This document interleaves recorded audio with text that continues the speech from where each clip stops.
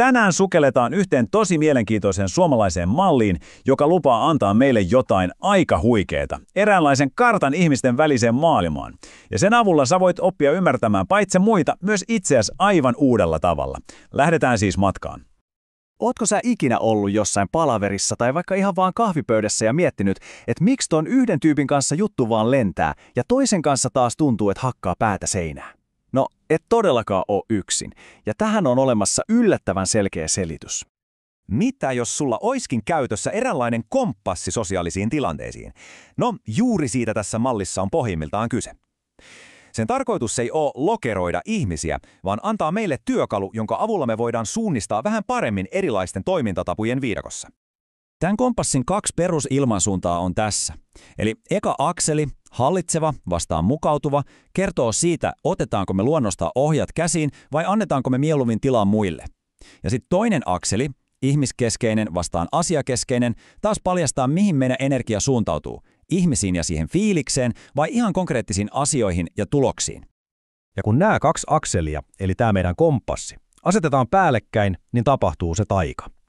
Ne muodostaa tällaisen 4 apilan näköisen kartan. Ja jokainen näistä 4 lohkosta edustaa yhtä luontaista käyttäytymisen päätyyppiä. No niin, kartta on nyt auki edessämme. On siis aika lähteä tutustumaan sen 4 pääalueeseen, eli niihin 4 profiiliin, jota tämä malli kuvaa. Kuulostele samalla, kun käydään näitä läpi, että mikä näistä tuntuu kaikista eniten, sulta itsestäsi. Aloitetaan keltaisesta väristä ja tyypistä nimeltä aloittaja. Nimi on muuten tosi osuva, sillä tässä tyypissä on ihan valtavasti sellaista eteenpäin vievää energiaa. Eli aloittajat on siis sekä hallitsevia että ihmiskeskeisiä. Ja tämä yhdistelmä tekee heistä sellaisia sosiaalisia moottoreita, jotka saa asiat käyntiin ja ihmiset innostumaan. He ei todellakaan pelkää olla esillä ja suorastaan nauttii, kun ympärillä tapahtuu. Säkin varmaan tunnet just tällaisen tyypin. Sitten siirrytään kartalla eteenpäin ja päästään vihreään huomioijaan. Tässä profiilissa korostuu erityisesti lämpö ja välittäminen. Huomioija on aloittajan tavoin ihmiskeskeinen, mutta luonteeltaan enemmän mukautuva. He on tiimin sydän, just niitä tyyppejä, jotka varmistaa, että kaikilla on hyvä olla ja että ilmapiiri on kannustava. Harmonia ja vakaat hyvät ihmissuhteet on heille kaikki kaikessa. Seuraavaksi vuorossa on punainen valvoja. Ja ihan niin kuin värikin vähän vihjaa, tässä on kyse suorasta toiminnasta ja tosi vahvasta määrätietoisuudesta. Valvoja on hallitseva, joo, mutta hänen fokuksensa on tiukasti asioissa. Tavoitteet, tulokset, tehokkuus, siinä on valvojan maailmankulmakivet. He on niitä, jotka kysyy, mikä on lopputulos, ja haluaa päästä suoraan asiaan ilman mitään turhia koukeroita. Ja viimeisenä, mutta ei todellakaan vähäisimpänä, meillä on sininen vertailija, ja tässä profiilissa pääosassa on faktat ja logiikka. Eli vertailija on valvojan tapaan asiakeskeinen, mutta hänen toimintatapansa on mukautuva ja harkitseva. He on niitä analyytikkoja, jotka haluaa ymmärtää asiat ihan perin pohjiin. Ennen kuin vertailija tekee mitään päätöstä, hän haluaa nähdä datan, tarkistaa faktat ja varmistaa, että ihan kaikki yksityiskohdat on kohdallaan. No niin, nyt kun me ollaan käyty läpi nämä 4 tyyppiä, niin sua varmaan kiinnostaa, että mihin kohtaan karttaa sä itse sijoitut.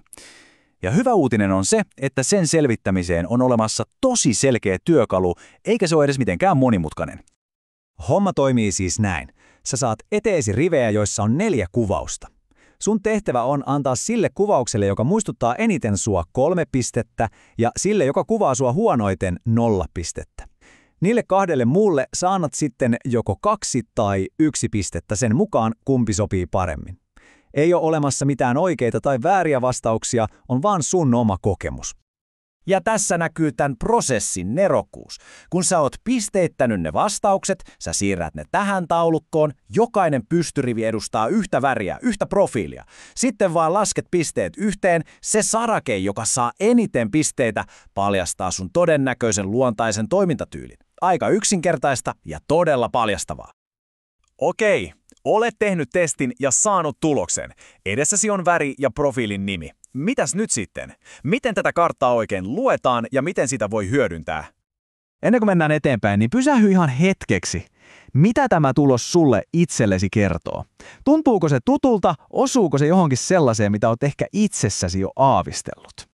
Ja nyt tulee ehkä tämän koko homman tärkein pointti. Tämä tulos ei ole sun identiteettisi. Se ei ole mikään pysyvä leima sun otsassa. Se on tilannekuva, kuvaus siitä, miten sulla on tapana toimia, varsinkin paineen alla. Meissä kaikissa on kaikkia värejä, mutta yksi on usein se meidän niin sanottu oletusasetus. Ja juuri tässä piilee tämän työkalun todellinen arvo. Kun sä tunnistat sen oman oletusasetuksesi, omat vahvuutesi ja ehkä ne kompastuskivesikin, se on se ensimmäinen askel. Siitä alkaa matka kohti parempaa vuorovaikutusta ihan kaikkien kanssa, olivat he sitten mitä väriä tahansa. Eli tämä malli ei siis anna sulle valmista vastausta, vaan se antaa sulle kartan ja kompassin. Työkalut, joiden avulla sä voit navigoida paremmin töissä, kotona, ihan kaikkialla. Joten kysymys ei ole pelkästään siitä, kuka sä oot, vaan siitä, minne sä päätät tämän tiedon avulla seuraavaksi suunnistaa.